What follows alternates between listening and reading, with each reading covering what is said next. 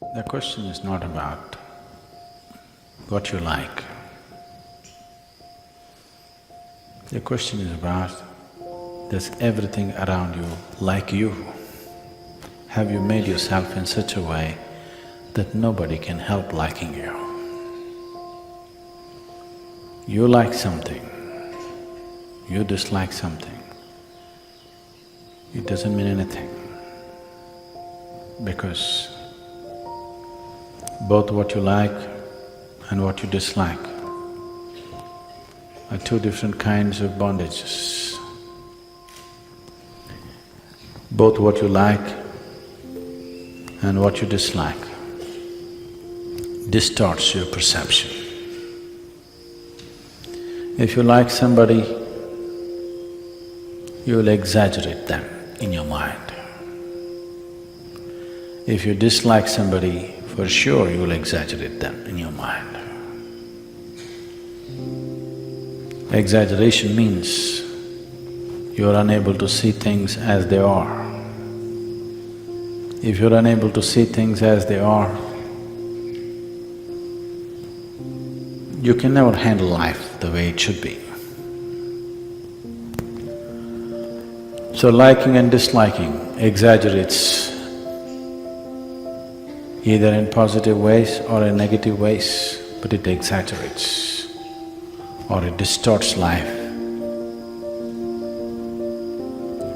So what you like is not important. Have you made yourself in such a way, not just people, just everything likes you. Every creature around you likes your presence. Even the flowers, the plants and the trees like you. How can the plants and the trees like me? They are very sensitive to who you are. They are extremely sensitive to who you are. They respond accordingly. If you make yourself in such a way that the very earth that you walk upon likes you, then you will see everything in your life will become a blessing. If everything around you dislikes you, you will see everything that could be well-being could become a curse. Right now, there is no curse sitting upon human life. It is things that people want, it's things that people aspire for, things that they work for, strive to have in their life, which turns into curses in their life. Their work, their property, their relationships, their own body, their own mind, which is the cancer of their life. Misery is not raining. Never is raining misery. It's just that things that you like have become source of misery. If you strive to make yourself in such a way, you cannot be helped. Nobody can help liking you. Life will blossom better. Everything will yield their best to you, not their worst. But if you go by what you like, not always life will yield its best. You may have everything and still have nothing.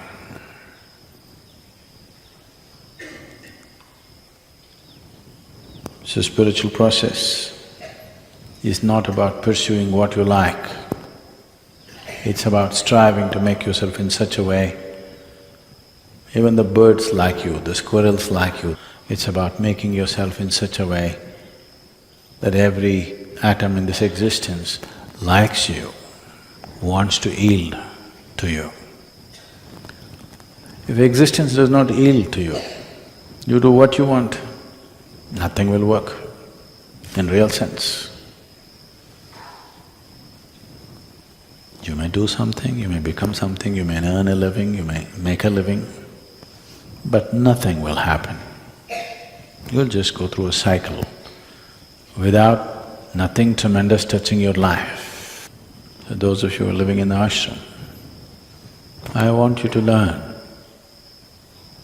to stand, walk, sit, breathe in such a way that even the stones around you like you.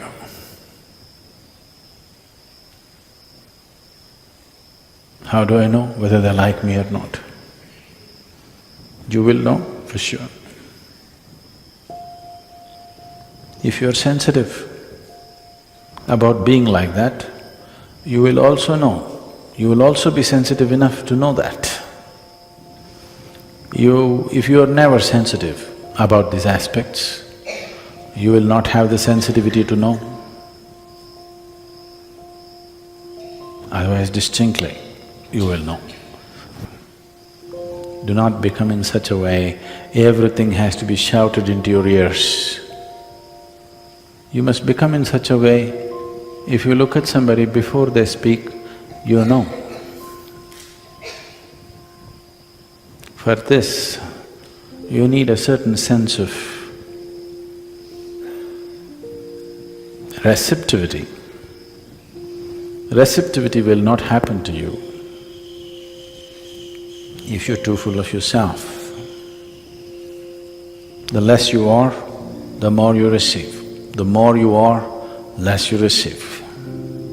If you're too full of yourself, nothing bigger than your nonsense will happen to you. If there's no such thing as myself, you simply sit here, the whole existence will dance within you. You will become an instrument of the Creator. Otherwise, you will be a bundle of thoughts, emotions, prejudices and rubbish. This is the choice every human being has. Either to exist here as a limb of the Creator, as a Ishanga, we're calling them these days, or to exist here as a bundle of thoughts, emotions and nonsense that you have gathered. This choice is available to us every moment of our life, continuously choosing to be like that. If this striving is there, it will deliver you to a different place of gracefulness, where every stone, every pebble, every rock, every tree, every atom in the existence speaks to you in a language that you can know. Otherwise, you are alone in this vast existence, feeling constantly insecure, unstable, psychologically challenged. It's a choice. It is not a gift, it is a choice. One makes the right choice, right things will happen. One makes the wrong choice, wrong things will happen. It's a very fair and just existence, I want you to know. It doesn't spare anybody. It doesn't spare anybody. It's not like a social structure that some people can get away with wrong things. In this existence, it doesn't spare anybody. It doesn't matter who you are. If you jump off the roof, the earth will break your leg. Yes? Raja, Ranka, Fakir, everybody. Nobody is spared. Doesn't matter who you are, no exemptions. And nobody is barred. Anybody who is willing, for everybody the possibility is open. For everybody, the stick is also there. You make the right choices, everything is open. Make the wrong choices, everything will need you in a different way. So if pain comes, suffering comes, misery happens, it's not time to look around. This is always the problem. If you are miserable, you think somebody else need to be fixed. No, no, no, no. If you are miserable, this needs to be fixed, not somebody else. No, I'm miserable, fix the situation for me. No, no, no. If you're miserable, who should be fixed? If you are sick, who should be given the medicine? Shall we give it to somebody else when you're sick? If you are hungry, shall we give the food to somebody else? No. It only works if you give it to this, isn't it? If food is like that, medicine is like that, is that not true with every other aspect? That if you are miserable, something else or somebody else need not be fixed, only this one needs to be fixed. Just to understand this simple fact, people take lifetimes. They think something else has to be fixed. On a certain day, Shankaran Pillai went drinking with his friends.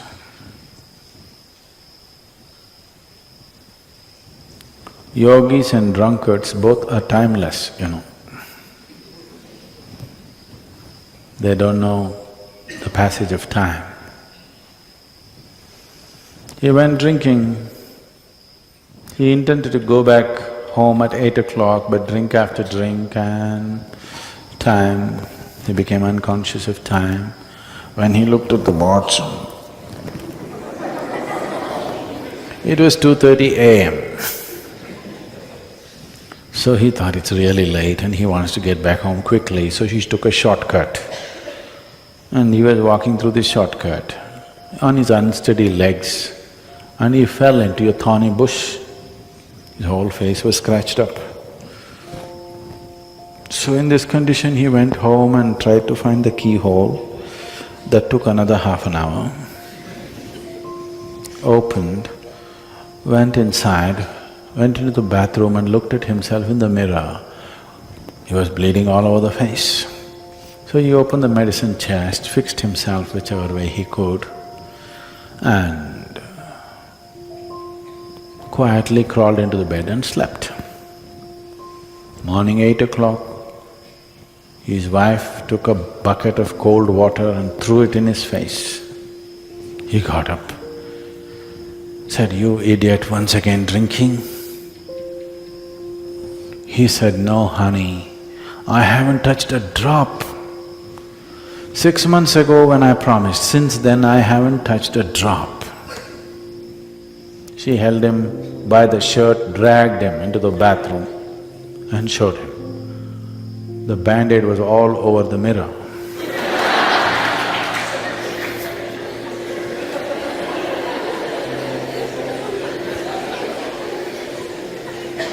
Doesn't work like that.